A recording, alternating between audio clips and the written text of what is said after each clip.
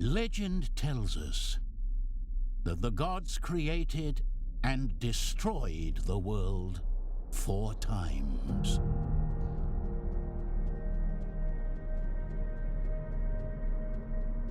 A ray of light beamed down from the sky and struck the earth. From it flowed water, spilling out over the mountains and plains. With it, life was born. After their intervention, the gods observed how this life expanded. Patiently, they watched its evolution and development. Trees spread over the arid earth, and the sky, previously grey and roiled by endless storms, turned calm. Time passed, and the ephemeral creatures that inhabited the world evolved. Intelligence and consciousness emerged. Some of the beings started to speak to their creators. They thanked them for having given their lives meaning, for things worth striving, and for dreams.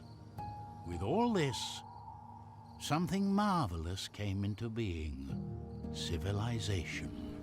The different peoples multiplied and flourished in harmony, sharing knowledge and becoming wiser and wiser. The gods contemplated all of this with satisfaction. But then, something happened. These creatures, who had come so far, were invaded by ambition and greed. All the knowledge accumulated over centuries, all the advances, were now being used by some to dominate others. That's when the violence started. Wars broke out like a great storm, devastating everything in its path. Everything that these beings had achieved evaporated. The gods were furious. A great firestorm razed the earth and burned down its forests. The water that emanated from the mountains evaporated. The peoples were condemned, and all intelligent creatures vanished in the flames. Then the gods decided to try again.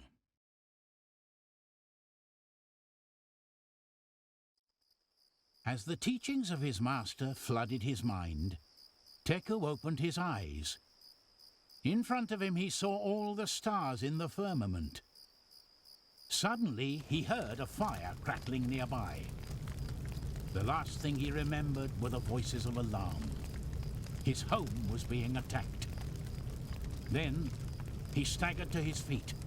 There was no time to lose.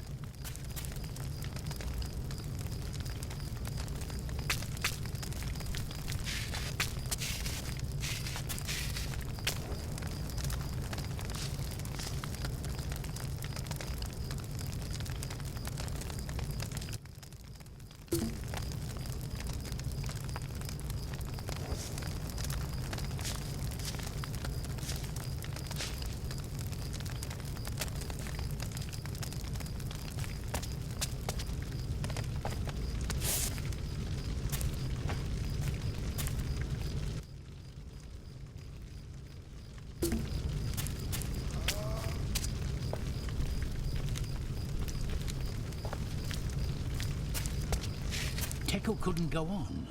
It was too dark.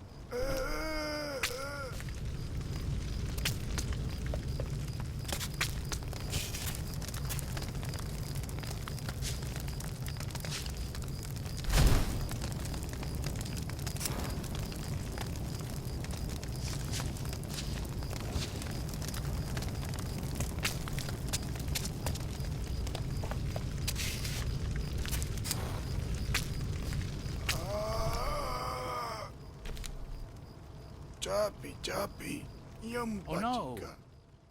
That poor man told Teku what happened. The tribe of the Wakcha had attacked the village and captured prisoners. One of them was Yaka, the tribe's shaman. He had to do something.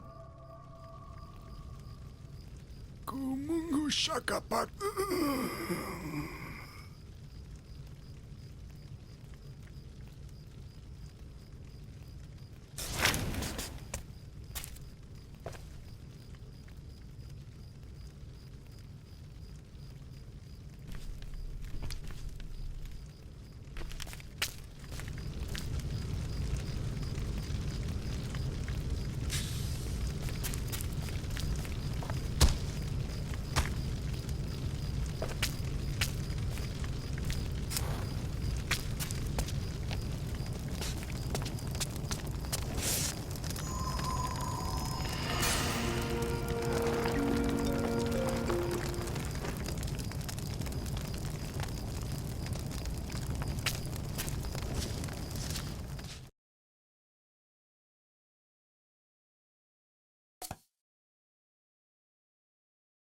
Before going into the forest, Teku looked back one last time. His village, once full of life, was now an immense flame that reared up against the darkness of the night sky. The few survivors left waved goodbye to Teku in a small gesture of hope. The tears streamed down their masks as they thought about all that had been lost. But there was no time to lose. He was determined to find Yaka and the rest of his men. After all, a light guide must never abandon its shaman, no matter what. After 3 hours of crossing the forest, as he followed the trail of the Wakchas, the first rays of sun started to filter through the branches of the trees. When he emerged from the thicket, Teku stopped at the foot of a cliff. The captor's trail ended there. There was a large marsh down below, and a few bonfires dotted the landscape. It could be them.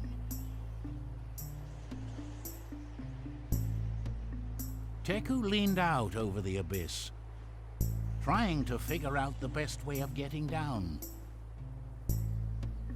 without realizing that the ground he was walking on was giving way under his weight. His adventure was about to begin.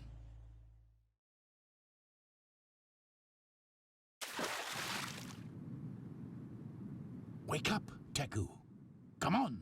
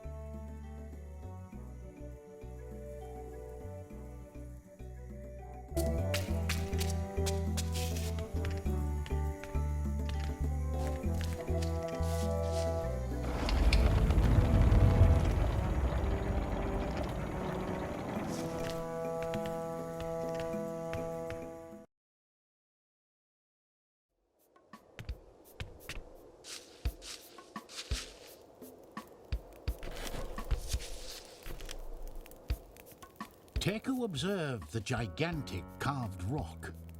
It appeared to be an effigy of a powerful toad. It must represent somebody important. Nevertheless, the wooden structure didn't seem very stable.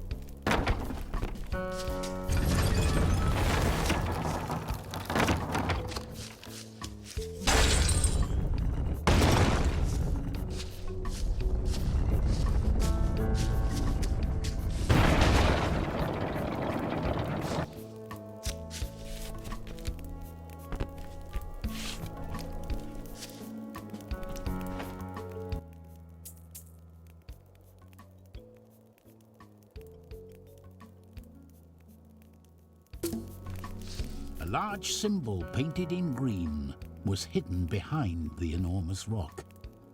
He didn't know its meaning, but he had the feeling it was something important.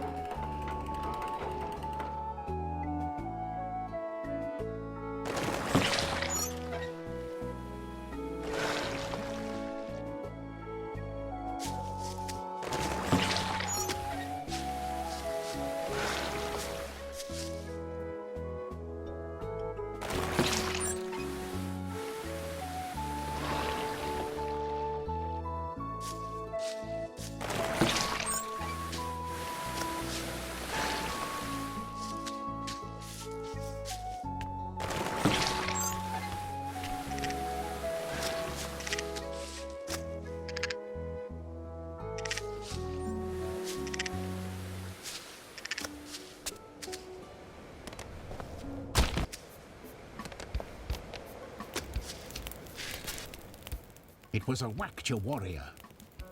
But unfortunately, there was no trace of the shaman. It's possible that the main group had gone on ahead. He had to be careful. They were very dangerous.